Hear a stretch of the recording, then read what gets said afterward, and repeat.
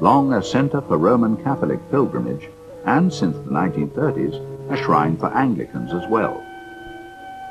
Walsingham became a holy place in the 12th century, when it is said a spring suddenly appeared to indicate where a replica of the House of the Annunciation should be built.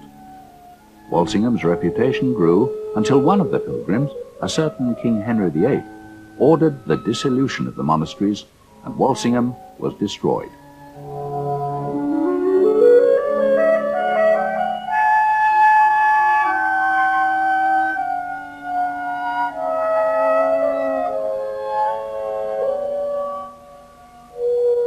St. Bennett's Abbey, today no more than a ruin, holds a unique place in English history as the only religious house to survive the dissolution. The Abbey, built on land given by King Canute, king of both Denmark and England, a Viking who converted to Christianity, dates back to the 11th century and is mentioned in the Domesday Book, and, although never a great house, achieved an importance out of all proportion to its size. The last abbot was appointed Bishop of Norwich by Henry VIII, who, while claiming all land and revenues, granted the abbey and all its possessions to the bishopric.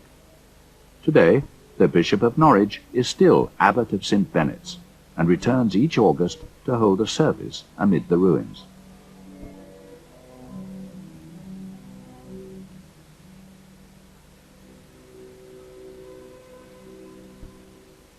To the northeast of Hickling Broad are the ruins of Hickling Priory, founded in 1185 by the Normans and inhabited by the Augustinians, or Black Friars, known as such because of the colour of their habit. But Hickling was dogged by misfortune. In 1287, high tides pushed the sea inland as far as the village, drowning 180 people, and, despite being on an elevated piece of land, the priory was flooded and much was lost. Just 60 years later, the Black Death claimed both the prior, Richard de Hemsby, and his successor, who perished even as he was being told of his appointment. Overlooking Breydon Water today, although when it was built it overlooked the sea, is the Roman fort of Burgh Castle. 1700 years later, the thick fortified walls are all that remains. But it's worth visiting for the views it offers across the Halvergate marshes, the heart of the Broads.